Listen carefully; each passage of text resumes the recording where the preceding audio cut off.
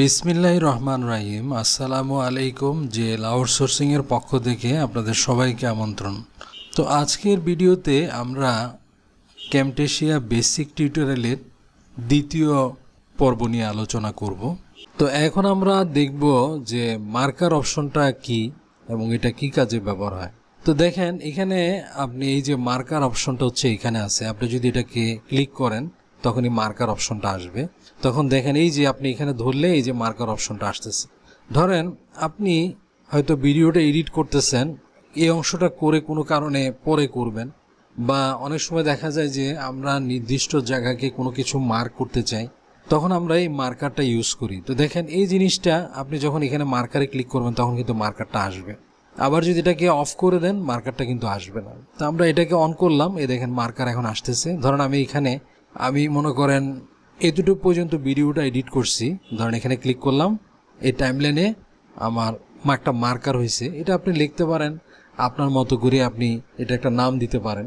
যদি মনে করেন যে এটা আপনি মাই লাস্ট ওয়ার্ক আমি লিখতেছি, হয়তো আমি এখানে দিলাম যে বুঝাইতে চাইলাম যে আমি এতটুকু পর্যন্ত লাস্ট এডিট করছি, দিয়ে রাখলাম, এভাবেও দিতে পারেন। অথবা আপনি আপনার নির্দিষ্ট অংশটুকু কি কাজে বা কোনো নির্দিষ্ট পারপাসে আপনি যদি কোনো কিছু বোঝাতে চান তাহলে কিন্তু মার্ক করে রাখতে পারেন। এইভাবে আপনি অসংখ্য মার্কার যুক্ত করতে পারেন এবং এগুলোকে নাম দিতে পারেন, এইভাবে লিখতে পারেন। আবার মার্কারটা কিন্তু আমরা এই যে অডিও ইফেক্টের মধ্যে হটস্পট একটা অপশন আছে, ওখানে কিন্তু মার্কারটা ব্যবহার হয়, ওখানেও আপনি ব্যবহার করতে পারেন। আবার দেখেন আপনি চাইলে ক্লিপগুলোকে মার্কিং করতে পারেন। ধরেন এখানে 3টা ক্লিপ আছে, আপনি 3টা ক্লিপ কোন ক্লিপটা কি সেই হিসেবেও মার্ক করতে পারেন। অথবা আপনি কোথায় কতটুকু কাজ করছেন বা আপনার প্রয়োজনে বিভিন্ন কিছু মার্ক করে রাখতে পারেন। ধরেন আমি এখানে ক্লিপটা এখানে মার্কিং করে রাখলাম, আমি এখানে একটা মার্ক দিলাম, দেখেন আমার এই ক্লিপটার মধ্যে মার্কারটা পড়ছে। তাহলে এটা পড়ছে টাইমলাইনের মধ্যে আর এটা পড়ছে আমার এই যে ক্লিপের মধ্যে। তাহলে এটাকে বলা হয় ক্লিপ মার্কার আর এটাকে বলা হয় টাইমলাইন মার্কার। তো এইভাবে মার্কার আমরা দুইভাবে ইউজ করতে পারি, একটা হচ্ছে ক্লিপের মধ্যে মার্কার ইউজ করতে পারি, আর একটা হচ্ছে টাইমলাইনের মধ্যে মার্কার ইউজ করতে পারি। এখন যদি আপনি মার্কারটাকে যদি হাইড করে রাখেন তাহলে কিন্তু এই যে মার্কার অপশনগুলো কিন্তু দেখাবে। এই যে দেখেন আমি যেখানে যেখানে মার্কারগুলো ইউজ করছি সেখানে কিন্তু একটা ব্লু একটা মার্কারের দাগ আছে। তো এখন আমরা জানবো রিপল সম্পর্কে আলোচনা করব। তো দেখেন আমরা দেখছিলাম যে প্রত্যেকটা এই যে ছোট ছোট অংশগুলোকে আপনার টাইমলাইনের এগুলাকে ক্লিপ বলা হয়, আর কয়েকটা ক্লিপকে একসাথে যখন আমরা কোনো কাজ করব তখন সেটাকে রিপল বলা হয়। তো রিপলের প্রথম আমরা দেখি রিপলগুলো কিভাবে মুভ করতে হয়, অর্থাৎ একসাথে আপনি অনেকগুলো ক্লিপ কিভাবে মুভ করবেন। তো ধরেন আপনি এখানে ক্লিক করলেন, আপনি চাচ্ছেন যে এখান থেকে টেনে এটা সামনের দিকে নেবেন। তো তাহলে দেখেন প্রথমে দেখব রিপল মুভ জিনিসটা কি, অর্থাৎ আমাদের অনেক সময় একসাথে অনেকগুলো ক্লিপকে মুভ করতে হয়। তো যদি দেখেন আপনি এই যে সবগুলা ক্লিপকে যদি একসাথে পিছনের দিকে মুভ করাতে চান তাহলে দুইভাবে করতে পারেন। যেমন সবগুলোকে সিলেক্ট করেন, সিলেক্ট করে যে কোনো এক জায়গায় টেনে টান দেন, দেখবেন যে এটা সামনের দিকে পিছনের দিকে যাচ্ছে। অথবা উপরের দিকে নিতে পারবেন সবগুলোকে একসাথে। অথবা আপনি মনে করেন যে আপনি এটাতে ক্লিক করেন, ক্লিক করে তো এইভাবে শিফট চেপে যখন টান দিবেন দেখবেন যে এটা সামনে পিছনের দিকে আসবে, উপরের দিকে নিতে পারবেন, এইভাবেও করতে পারবেন। এরপরে দেখেন আপনি যদি অনেকগুলো রিপলকে যদি একসাথে মুভ করতে চান, যেমন এখানে অনেকগুলো ক্লিপ আছে, এগুলোকে আপনি একটা একটা সিলেক্ট করে এইভাবে সিলেক্ট করে যদি এইভাবে টান দেন দেখবেন তাহলে এই ক্লিপগুলো একসাথে কি হচ্ছে, মুভ হচ্ছে। এটা হচ্ছে রিপল মুভ। তো এরপরে দেখেন আমরা এগুলোকে আরও একটা পদ্ধতিতে আমরা করতে পারবো। তো দেখেন প্রথমে আমরা শিফট চেপে এই সবগুলো ক্লিপকে একসাথে সিলেক্ট করব, সিলেক্ট করে আবার শিফট চেপে এভাবে যখন টান দিব দেখেন সবগুলো কিন্তু আমার এখানে আরও যদি অনেকগুলো ক্লিপ থাকতো তাহলে একসাথে সবগুলো কি চলে যেত। আমি আপনাদেরকে আবার দেখাচ্ছি। তাহলে দেখেন আমি শিফট চেপে শুধু এই ক্লিপগুলোকে সিলেক্ট করতেছি, এখন শিফট চেপে যখন টান দিলাম দেখেন সবগুলো ক্লিপই আমার চলে যাচ্ছে। তাহলে এভাবে আমরা এটাকে বলা হয় অনেকগুলো ক্লিপকে একসাথে মুভ করে করলে এটাকে বলা হয় রিপল মুভ। তাইলে রিপল মুভের আমরা অনেকগুলো ব্যবহার দেখলাম। এরপরে দেখেন আমরা শিফট চেপে কার্সারটা যে প্রান্তে ধরে, যে কোনো প্রান্তে ধরে আপনি যদি এভাবে টান দেন দেখবেন যে এটা স্প্লিট হয়ে মুভ করতেছে। তো এটাকে বলা হয় রিপল স্প্লিট।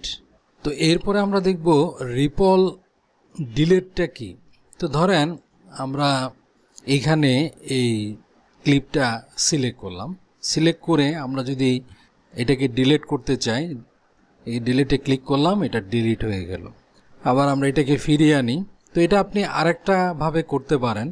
তো দেখেন এটাকে আমরা যদি ডিলিটে টিপ দেই, দেখেন ডিলিট হয়ে গেছে।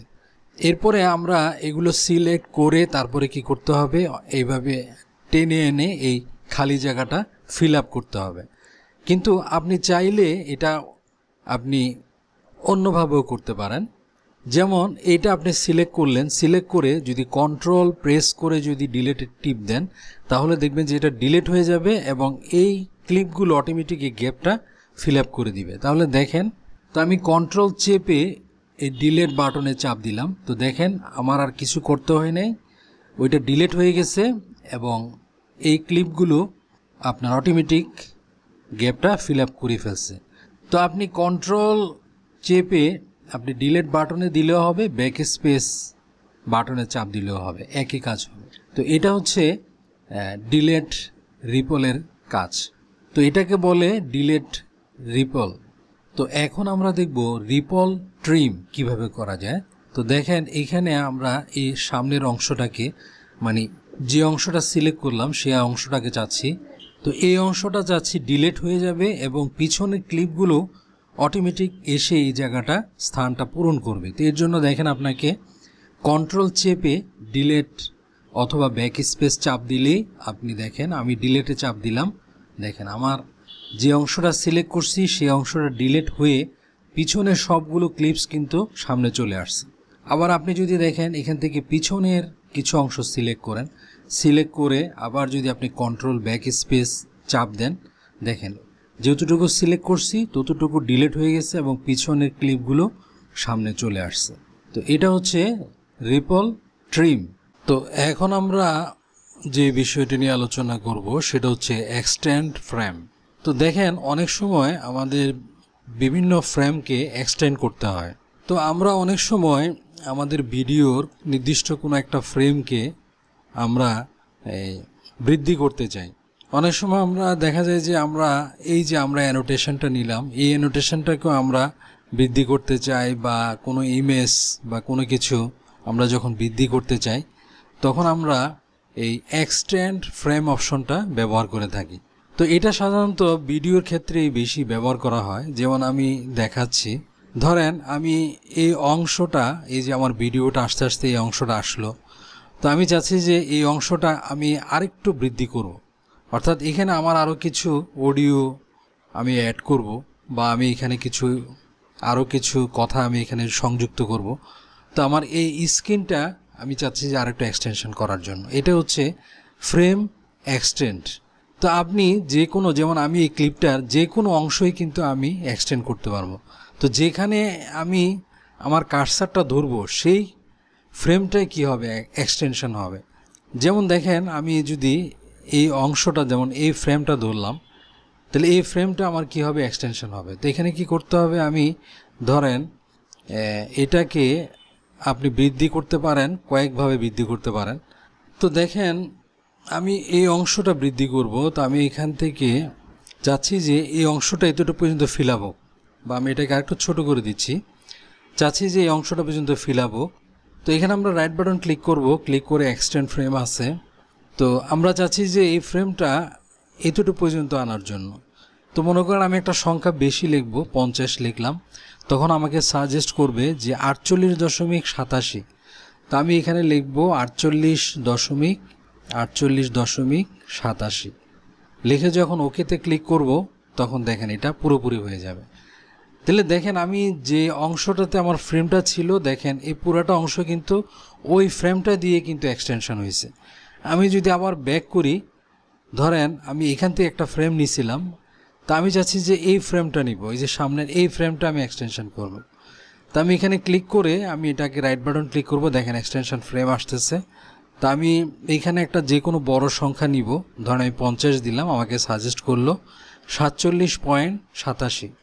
তো আমি এখানে লিখব 47.87, ওকেতে ক্লিক করব, দেখেন এটা সমান হয়ে গেছে। তাহলে দেখেন এই যে শর্টটা নিছি এই শর্টটাই কিন্তু এক্সটেনশন হয়েছে। দেখেন লাস্টে আসি তা আপনার ওই যে যেটা সামনে ছিল ওইটা আসছে। তাহলে যে ফ্রেমটা আপনি এক্সটেনশন করতে চান এভাবে আপনি এক্সটেনশন করতে পারেন। আমি আবার ব্যাকে নিয়ে আসলাম। এরপরে দেখেন আপনি আরেকভাবেও করতে পারেন, এই যে মডিফাই, যেমন আমি এখানে ক্লিক করলাম, আমি চাচ্ছি এখান থেকে এক্সটেনশন করার জন্য, এখানে মডিফাইতে ক্লিক করব। দেখেন এই যে এক্সটেনশন ফ্রেম কথাটা আছে, এখানে ক্লিক করলে কিন্তু এই অপশনটা আসবে। এছাড়াও আরও অনেকভাবেই আপনার ফ্রেমটাকে এক্সটেনশন করতে পারেন, তবে এই দুইটা পদ্ধতিতেই বেশি করা হয়। তো এক্সটেন্ড ফ্রেম অপশনটা আপনি শুধু এই ভিডিওর ক্ষেত্রে, আপনি যে ভিডিও ক্লিপটা করবেন সেটার ক্ষেত্রেই ব্যবহার করতে পারবেন, কিন্তু অন্যান্য ক্ষেত্রে এগুলোর প্রয়োজন হয় না। যেমন অন্যান্য ক্ষেত্রে আপনি এক্সটেনশন করতে হইলে এভাবে আপনি টেনেই বড় করতে পারেন, যে কোনো অংশটাকে টেনেই বড় করে ফেলতে পারেন। তো এগুলোর ক্ষেত্রে দরকার হয় না। এটার ব্যবহারটা শুধু ভিডিওর যে অংশটা, যে ফ্রেমটা আপনি এক্সটেনশন করতে চান, শুধু এই অপশনটার মাধ্যমে আপনি এক্সটেন্ড ফ্রেমটা মাধ্যমে আপনি ফ্রেমটাকে এক্সটেনশন করতে পারবেন। আপনি যতটুকু বড় করতে চান ততটুকু বড় করতে পারবেন। তো এখন আমরা দেখব টাইম কোড জিনিসটা কি। তো দেখেন আমরা যখন এই টাইম লাইনে আমরা যদি কার্সারটাকে এইভাবে নেই, দেখেন এখানে একটা কিন্তু টাইম উঠতেছে। তো এই টাইমটার এই প্রথমটা হচ্ছে ঘন্টার অপশন, দ্বিতীয়টা হচ্ছে মিনিটের অপশন, তৃতীয়টা হচ্ছে সেকেন্ডের অপশন, আর চতুর্থটা হচ্ছে ফ্রেম রেটের অপশন। অর্থাৎ আমি যে ভিডিওটা ক্যাপচার করছি এটা কিন্তু 30 ফ্রেম রেটে আছে। তো 30 ফ্রেম রেটে থাকার জন্য দেখবেন আমার এই শেষের সংখ্যাটা যখন 30 হবে তখন কিন্তু এটা 1 সেকেন্ড হবে। যদি আপনি 60 ফ্রেম রেটে যদি ভিডিওটা করেন তাহলে 60 হওয়ার পরে কিন্তু 1 সেকেন্ড হবে। যেমন আপনাদেরকে আমি দেখাচ্ছি, এটা একটু বড় করে দেখাচ্ছি। দেখেন লাস্টে দেখেন এই যে 24, 25, 28, 29, 30-এর পরে দেখেন এই যে 29, এই 30-এর পরে কিন্তু এটা 7 সেকেন্ড হয়ে গেছে। অর্থাৎ এটা লাস্টেরটা 30 হওয়ার পরে আমার 1 সেকেন্ড হবে। তো এটা হচ্ছে আপনার, আমি যেহেতু ভিডিওটা 30 ফ্রেম রেটে করছি এই জন্য এই জিনিসটা হবে। আর যদি আপনি 60 ফ্রেম রেটে করেন তাহলে আপনার 60 হওয়ার পরে এখানে 1 সেকেন্ড হবে। তো এই ফ্রেম রেটটা আপনার 30 এবং 60-তে রাখতে পারলে সবচেয়ে ভালো, 60 হইলে সবচেয়ে ভালো। আর যত কম হবে আপনার ভিডিওর স্মুথনেসটা কমে যাবে। অর্থাৎ আপনি দেখা যাবে যে আপনি এই ধরেন যদি আপনি স্ক্রিন রেকর্ডিং করেন, আপনার কার্সারটা খুব দ্রুত ঘুরবে, কিন্তু সেই অনুসারে আপনার ফ্রেমটা আস্তে আস্তে ঘুরবে। অর্থাৎ ভালো রেজাল্ট পাইতে হইলে সবচেয়ে ভালো হচ্ছে 60 ফ্রেম রেট, এরপর আপনি 30 ফ্রেম রেটেও মোটামুটি ভালো স্মুথনেস পাবেন। এর নিচে করলে আপনার ভিডিওর যে স্মুথনেসটা আছে ওইটা অনেক কম পাবেন। তো আজ এ পর্যন্তই, পরবর্তী ভিডিওতে আমরা অন্যান্য বিষয় নিয়ে আলোচনা করব। তো ভিডিওটা যদি ভালো লাগে লাইক, শেয়ার, কমেন্ট করবেন, চ্যানেলটি সাবস্ক্রাইব করে রাখবেন।